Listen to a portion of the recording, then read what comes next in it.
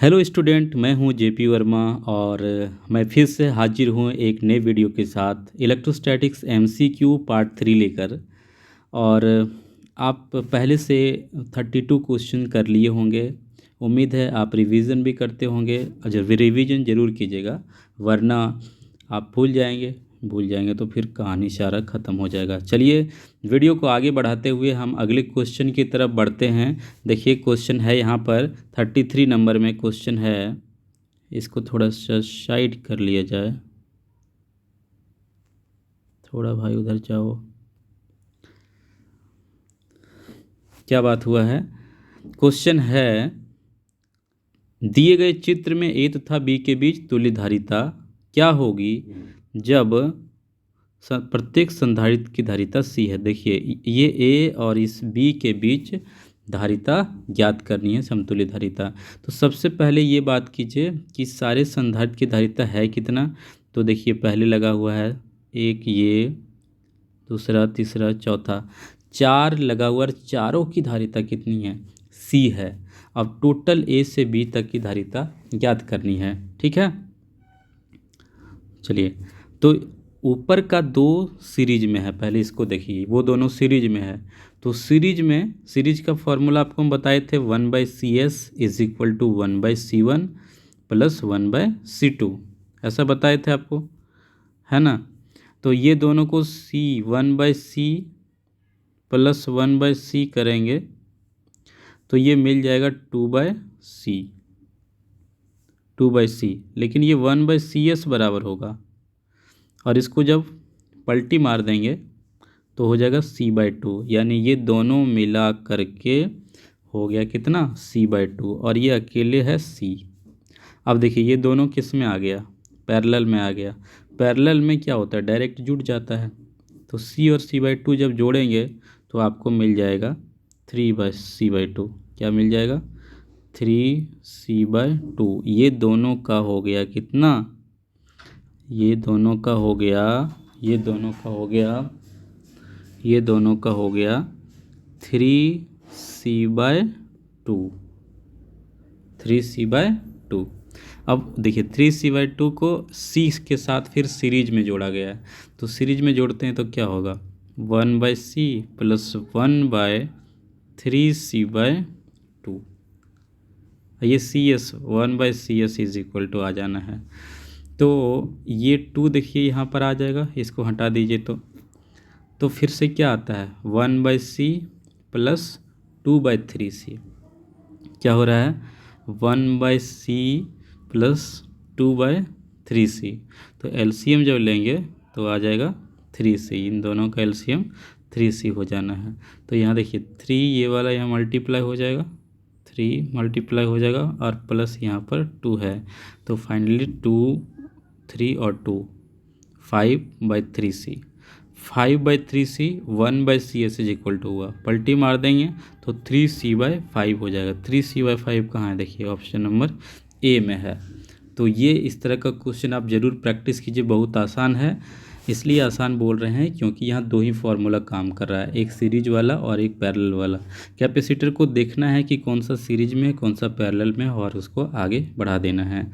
चलिए ये question number 34 की तरफ चलते हैं। क्वेश्चन नंबर 34 में कहता है, तीन संधारित्र जिनमें प्रत्येक की धारिता C है, श्रेणी क्रम में जुड़े हैं, उनकी तुल्य धारिता क्या होगी।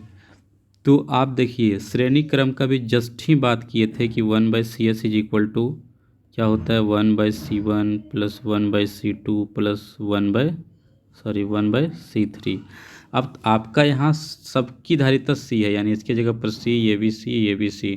तो समतुल्य धारिता क्या हो जाएगा? एलसीएम तो सबका C हो जाएगा, और ऊपर से 1 1 1 जुटेगा तो कितना हो जाएगा? 3 हो जाएगा, यानी 1/CS is equal to 3/C। तो इसको पलटा देंगे तो CS निकलेगा। CS बराबर क्या हो जाएगा? C/3।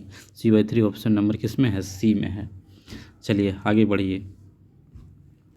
बढ़ते हैं। और ये क्वेश्चन देखिए फिर से मिल रहा है आपको, दिए गए चित्र में +Q आवेश दिया जाता है तो विद्युत फ्लक्स होगा। देखिए बहुत बढ़िया क्वेश्चन है, इसको आप अच्छे से समझिए क्या बोला गया है कि ये जो भी फिगर दिख रहा है ना, सबके अंदर प्लस क्यू चार्ज है। यहाँ भी प्लस क्यू चार्ज है और इसमें भी प्लस क्यू चार्ज है। कहता है ये S1 चित्र दिया हुआ है, S2 दिया हुआ है, S3 दिया हुआ है, S4 दिया हुआ है, और ये अलग अलग आकार के हैं।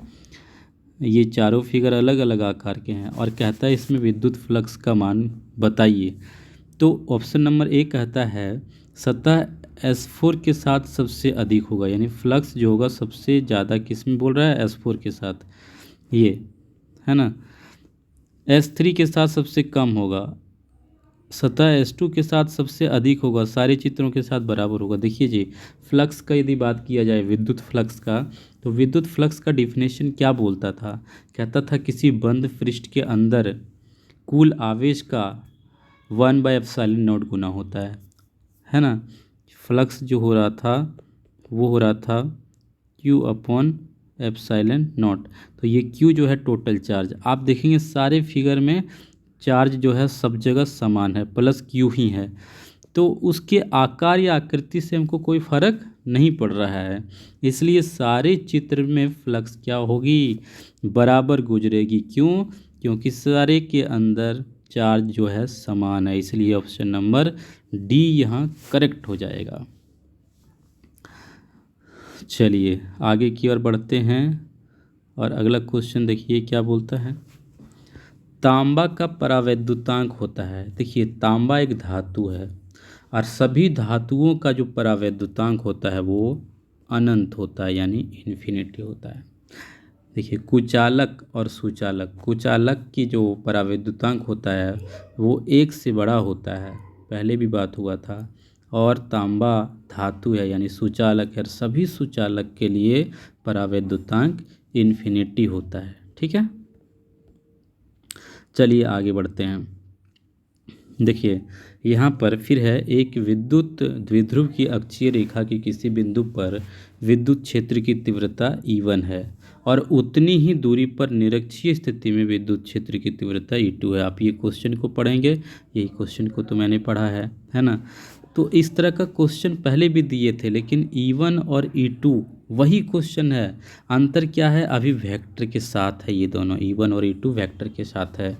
तो हम लोग क्या बात किए थे कि जो अक्षीय स्थिति वाला होता था वो निरक्षीय स्थिति से 2 गुना होता था, ये आपस में बराबर होता था। लेकिन अभी क्या है, दोनों में वेक्टर लगा दिया। तो मेरे मित्र जरा सा ये देखिए बढ़िया से कि जो अक्षीय स्थिति और निरक्षीय स्थिति का जो डायरेक्शन होता था, ये विद्युत क्षेत्र की तीव्रता का जो डायरेक्शन होता था वो एक दूसरे के अपोजिट होता था। तो E1 बराबर 2E2 ये पहले मारते तो थे, लेकिन अभी नहीं लगाना है, अभी ये वाला बात नहीं होगा। क्योंकि मैग्नीट्यूड का बात किया जाए तो E1 बराबर 2E2 हो जाएगा, लेकिन यहाँ डायरेक्शन के साथ लेना है। तो दोनों की डायरेक्शन, एक का डायरेक्शन होता है नेगेटिव से पॉजिटिव चार्ज की ओर, तो दूसरे का होता है पॉजिटिव से नेगेटिव चार्ज की ओर। तो यहाँ पर दोनों इलेक्ट्रिक फील्ड जो फाइनल निकलता है, इलेक्ट्रिक फील्ड इंटेंसिटी, वो दोनों का डायरेक्शन एक दूसरे के अपोजिट है। तो मैग्नीट्यूड तो बराबर करेंगे, और जब डायरेक्शन को भी देखा जाए तो E1 is equal to -2E2 हो जाएगा, वेक्टर के साथ हो जाएगा। तो ऑप्शन नंबर बी ये सही होगा। आप बढ़िया से फिर से इसको समझिएगा, जो बात हम बोले हैं कि ये E1 is equal to 2E2 पहले था, लेकिन वेक्टर लगाने से किसी एक में माइनस देना पड़ेगा, तब जा कर के वो करेक्ट होगा। चलिए आगे बढ़ते हैं।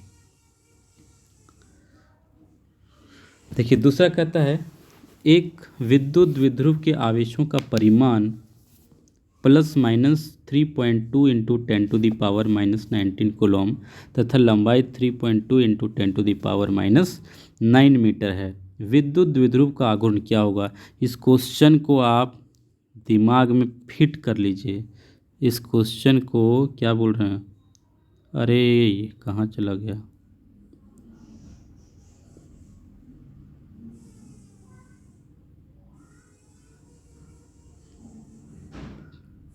हाँ, ये क्वेश्चन को आप दिमाग में एकदम बढ़िया से फिट कर लीजिए, दिमाग में फिट कर लीजिए। क्या द्विध्रुव का चार्ज कितना है और उसकी लंबाई कितनी है, क्वेश्चन हर हाल में देता है। और क्या करेंगे, जो आघूर्ण का फॉर्मूला होता है Q/2L, यही ना होता है। तो हमारा Q कितना है, 3.2 इंटू 10⁻⁻19 इंटू 2L, ये पूरा लंबाई 2L है, तो ये भी है 3.2 इंटू 10⁻⁻9। अब देखिए -19 और -9 जब ऐड हो जाएगा तब कितना हो जाएगा जी, -19 -28, तो 10⁻⁻28 देखिए किस में है, 10⁻⁻28 इसमें है। अब ज़रा देखिए मल्टीप्लाई करेंगे 3.2 और 3.2, तो ये आ जाएगा 10.24। अब 10.24 तो इसमें है, ऑप्शन नंबर सी में, लेकिन इसका जो पावर दिया हुआ है 10⁻⁻28, ये इसमें नहीं दिया, ये प्लस में दिया हुआ है। इसका मतलब है कि ऑप्शन नंबर यहाँ कोई भी सेट नहीं कर रहा है। अच्छा, एक चीज़ और, 110 नहीं, ऑप्शन नंबर हो जाएगा यहाँ पर डी। चलिए ऑप्शन नंबर डी हो जाएगा, क्योंकि ये 10.24 इंटू 10⁻⁻, कितना हो गया था, 10.24 इंटू 10⁻⁻28 हो गया था। ज़रा सा इसको भी एक बार देख लिया जाए। ये ऑप्शन नंबर डी को भी देखा जा बी को भी देखा जा सकता है। ये था 10.24 इंटू 10⁻⁻28। अब -27 का यदि बात किया जाए तो ये पॉइंट को हम इधर कर देंगे 1.024, तो ये हो जाएगा 10⁻⁻27। नहीं, ऑप्शन नंबर डी ही चलेगा, ये कोई भी ऑप्शन सेट नहीं हो रहा है। आगे बढ़ते हैं। 39 नंबर क्वेश्चन कहता है, यदि किसी स्थान पर विद्युत क्षेत्र की तीव्रता E हो तो उस स्थान पर A क्षेत्रफल से गुजरने वाला विद्युत फ्लक्स क्या होगा। तो देखो मेरे भाई या बहन जो भी हो देख रही हो, 39 में है ऑप्शन नंबर बी में जो विद्युत फ्लक्स का फॉर्मूला होता था फाई E = वो क्या होता था, E.S। तो S के जगह पर A दिया हुआ है, तो ये भी E.S यहाँ पर ऑप्शन नंबर बी, इसका भी आंसर क्या हो जाएगा, ऑप्शन नंबर बी। और ज़रा सा देखिए 40 नंबर क्वेश्चन, 1 इलेक्ट्रॉन पर आवेश होता है, इतना लॉलीपॉप क्वेश्चन है। ये लॉलीपॉप क्वेश्चन कभी कभी दे देता है इलेक्ट्रॉन पर चार्ज कितना होता है, तो इलेक्ट्रॉन पे चार्ज आप बढ़िया से जानते हैं 1.6 इंटू 10⁻⁻19 कूलम होता है। हालांकि नेगेटिव होता है इलेक्ट्रॉन का चार्ज होता है नेगेटिव चार्ज उस पर रहता है, तो माइनस के साथ भी देगा या माइनस नहीं देगा तो सिर्फ मैग्नीट्यूड लिखेगा, तो इतना। तो चार्ज की प्रकृति के साथ देगा तो माइनस के साथ देगा, नहीं तो 1.6 इंटू 10⁻⁻19 कूलम देगा। चलिए क्वेश्चन को आगे बढ़ाते हुए 40 नंबर 1 क्वेश्चन कहता है, आवेश का सबसे बड़ा मात्रक क्या होता है। तो आवेश का सबसे बड़ा मात्रक जो होता है वो फैराडे होता है। आवेश का सबसे बड़ा मात्रक फैराडे। और देखिए बात किया जाए ESU, तो ये भी मात्रक है आवेश का, और EMU भी होता है। EMU बोला जाए तो इलेक्ट्रोमैग्नेटिक यूनिट, ये भी आवेश का मात्रक होता है। इलेक्ट्रोस्टैटिक यूनिट, ये भी आवेश का मात्रक होता है, लेकिन फैराडे सबसे बड़ा मात्रक होता है। चलिए आगे बढ़ते हैं 42 नंबर क्वेश्चन की ओर। तो कहता है, निम्न में से कौन सा संबंध सत्य है। 1 कूलम = 2.99 इंटू 10⁻⁹ ESU। एक कहता है 1 कूलम = 2.99 इंटू 10⁸ ESU। तो यहाँ पर यही वाला आंसर होगा, ऑप्शन नंबर बी, यानी 1 कूलम = 2.99 इंटू 10⁸ ESU होता है। हालांकि कभी कभी यहाँ 3 भी लिखा हुआ मिलेगा, क्योंकि 2.99 को 3 लिख सकते हैं, कोई दिक्कत नहीं है। चलिए अगले क्वेश्चन की तरफ चलते हैं। 42 के बाद 43 में आता है, निम्न में से कौन सा संबंध सत्य है? 1 Faraday is equal to 9633 coulomb, 96500 coulomb. देखिए जी, कौन सा? 1 फैराडे बराबर होता है 96,500 कूलम। ऑप्शन नंबर, बहुत बार क्वेश्चन ये पूछा गया है। 1 फैराडे बराबर 96,500 कूलम होता है। अगले क्वेश्चन की तरफ चलते हैं। अगला क्वेश्चन है, निम्न में से कौन सा संबंध सत्य है? तो इसमें से कौन सा संबंध सत्य है? अभी जस्ट हम लोग देखे थे कि 1 coulomb is equal to 2.99 into 10⁸ ESU, है ना। तो इसी को हम लोग यहाँ 3 बोल दिए हैं, ये 3 बोल दिए हैं। तो अब बोलता है 1 ESU बराबर कितना होता है? 1 ESU इज इक्वल टू कितना हो जाएगा? तो 1 ESU इज इक्वल टू हो जाना है 1/3 इंटू 10⁸8। नीचे से ऊपर जाएगा तो -8, और -8 तो यहाँ दिया नहीं है। सॉरी, थोड़ा सा गड़बड़ हो गया कि इसके ऊपर जो क्वेश्चन था ये वाला एक बार फिर से देखेंगे। ये 8 पावर वाला नहीं, 9 पावर वाला होना है। 2.99 इंटू 10⁹9 ESU होगा। 8 वाला नहीं होगा, 10⁹9 वाला होना है। तो उसी तरीके से यहाँ पर भी पावर जो होना है हमारा, ये जो पावर है 1 ESU is equal to 1/3 into 10⁻9 coulomb. Option number C. आप इस चीज़ से कन्फ्यूज नहीं होंगे, क्योंकि 1 कूलम इज इक्वल टू क्या हो रहा है? 2.99 इंटू 10⁻9 ESU। देखिए, इसके जगह पर 3 भी लिखा जाएगा।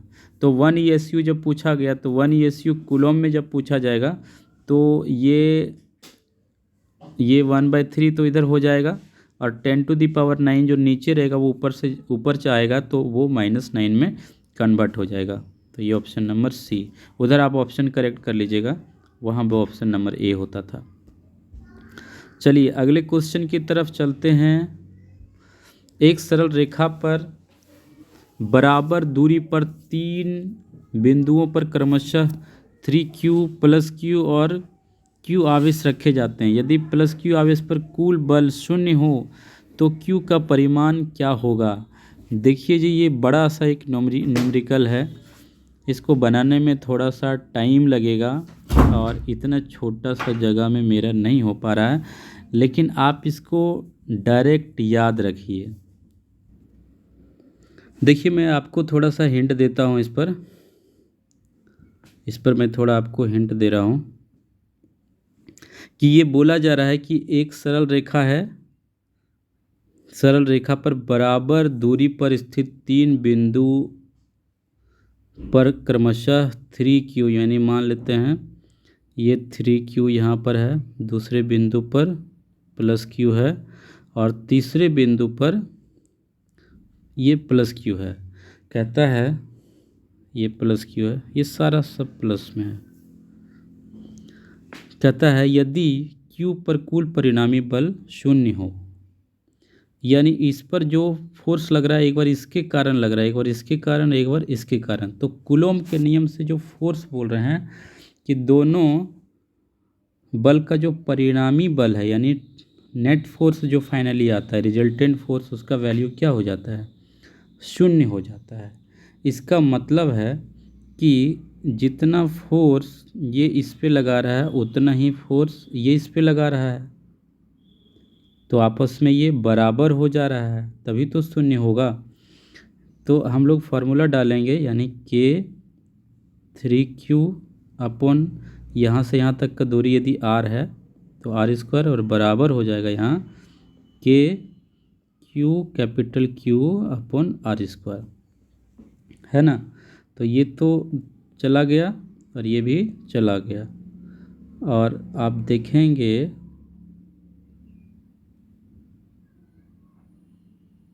सॉरी, यहाँ ऐसा भी होना है। तो टोटल मिला करके देखिए, ये दोनों कट गया, तो plus Q is equal to क्या हो जा रहा है 3Q, यानी ऑप्शन नंबर ए हो जाएगा ये, ऑप्शन नंबर ए। चलिए अगले क्वेश्चन की तरफ। 46 नंबर क्या बोलता है, किसी माध्यम की आपेक्षिक परावैद्युतता एप्सिलॉन आर बराबर होती है, किसकी बराबर होती है, तो जानते हैं आप epsilon E is equal to epsilon not into epsilon R. तो epsilon R is equal to क्या हो जाएगा, एप्सिलॉन ई इज इक्वल बट्टे एप्सिलॉन नॉट, ये तो ऑप्शन नंबर ए हो जाएगा ना ये भी। चलिए अगला क्वेश्चन की तरफ चलते हैं। 47 क्या बोलता है, एक कूलम वह आवेश है जो 0 से 1 मीटर की दूरी पर स्थित समान आवेश पर बल लगाता है।